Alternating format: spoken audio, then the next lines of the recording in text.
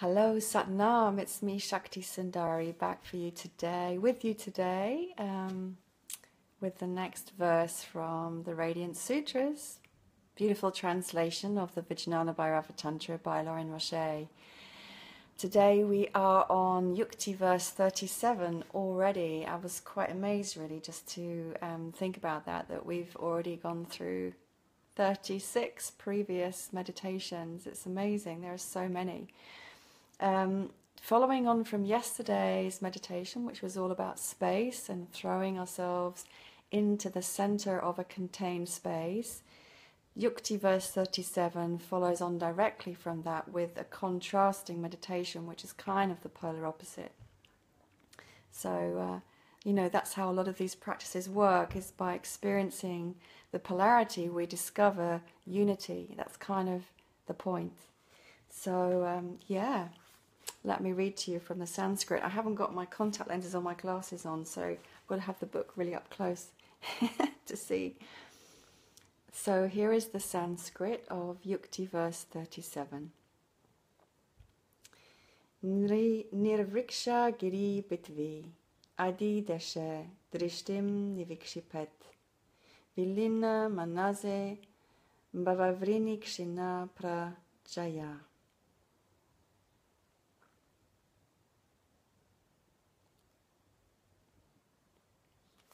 And I'll just read that one more time, just so we really get the sounds and the resonance. Nirvriksha giri bini adi deshe drishtim vinikshipet vilini manase bhave vriti kshina prajayate.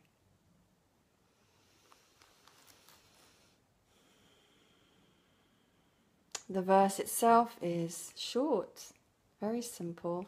The Sanskrit, because you can't see that, is always just two lines of Sanskrit, and then the English translation by Lauren Roche can sometimes be 4 or 5 lines, sometimes more. So let's listen to his translation for today. And just a reminder that this is the Divine Masculine, Bhairava or Shiva, speaking to the Divine Feminine as she asks him to explain to her the wonder and mystery of life. He proposes these 112 meditations. So in this one he says, go to a wide open space. Gaze without looking anywhere. The mind stops its building of thoughts and rests on its own foundation, immensity.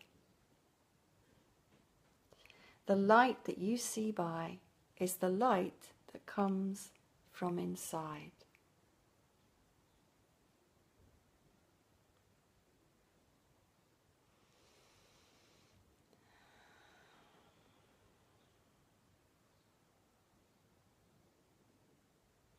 Each part of that translation is just so rich with meaning and a transmission of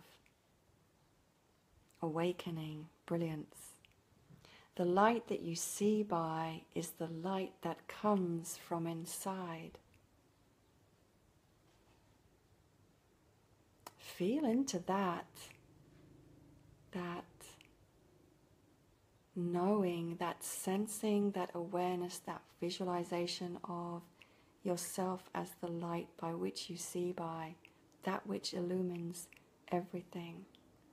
The light that is streaming into your eyes, into your being from the outside, is one with the light that already shines within you. When you close your eyes, that light is still there. The light that you see by is the light that comes from inside. It's really an intangible light that is beyond light. It is an energy of vibrant love in my own experience. So what is this meditation? The invitation is the very opposite of yesterday's one. Go to a wide open space. Gaze without looking anywhere. So it's completely the opposite in a way. Yesterday we were invited to cast our gaze and throw ourselves into the center of a contained space, quite small, like a room or a jar even. And now we're invited to go somewhere where there's a wide open, limitless vista, and to gaze without focusing on any one particular thing. So you know how sometimes maybe you go to a yoga class or a meditation class, or you've been in deep relaxation, and the invitation is to keep the gaze diffuse and soft without focusing fully. It's that same notion of keeping the gaze unfocused or slightly diffuse. So we're absorbing the visual stimuli, we're absorbing the light, we're absorbing what is around us with our eyes, and yet there's no focusing on one particular thing. And in doing that, Bhairava says, the mind stops its building of thoughts. The mind is constantly building, constantly creating, constantly buzzing, turning over and over and over and over. And that is the thing that can be, pretty much meditation is about mastering the mind, really. So that we are able to, as a teacher of mine used to say to me, we would ride the chariot of the mind rather than let it run away with us. And it's when the mind runs away with us that things can get out of control, confusing, chaotic. We start manifesting stuff in our lives that we don't really want. We feel overwhelmed. I'm speaking from experience, obviously, but we all know this. We have crazy thoughts, anxious thoughts about the future, the past, and really, there's only now. So what is the point of thinking about the past and the future? There's no point at all. It's just a crazy distraction of the ego mind that keeps us locked into this illusion of 3D reality.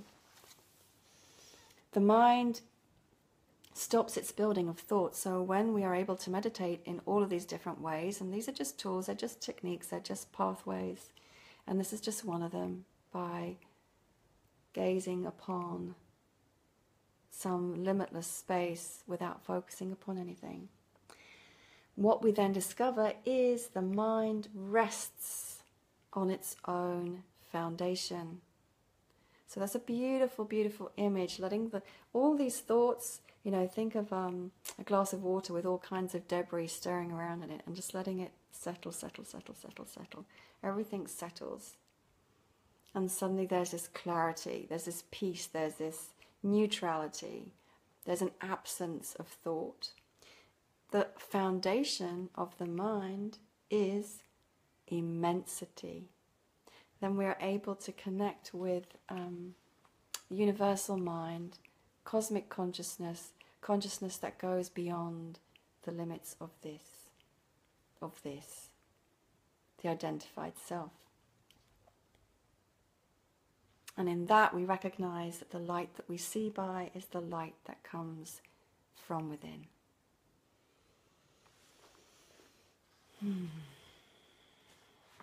Very beautiful, very simple, and yet so profound. That's it. That's today's meditation. When you have the opportunity to do so, cast your gaze upon a limitless vista without focusing on any one thing. Remember that the light by which you see is your own light that illuminates you from within. Yeah, and there's one more thing that I wanted to say today, which was yesterday or the day before I was inviting everyone to stay with one meditation, to focus on it, to go deeper, and that still stays. And yet there's also a sense of, as we travel through these meditations together, as we read and as you listen and as we commune every day with these sacred texts, there is a sense in which the wisdom of the words and the resonance of the words and the vibration of these words begins to permeate our being. So even through that daily exposure to this, something will be shifting and something will be resonating. And there may come a moment when you are sitting somewhere on the tube or the train or wherever you happen to be, and some memory will pop into your mind of, oh yeah, there was that meditation. I could do this right now while I'm sitting here doing this. It will happen, it will come. So however we're engaging, however we're relating with these verses, they are impacting us. And that's also beautiful to know and to remember. So thank you for being with me today again, and join me tomorrow for the next verse from the Radiance Sutras. Sat Nam, and much love.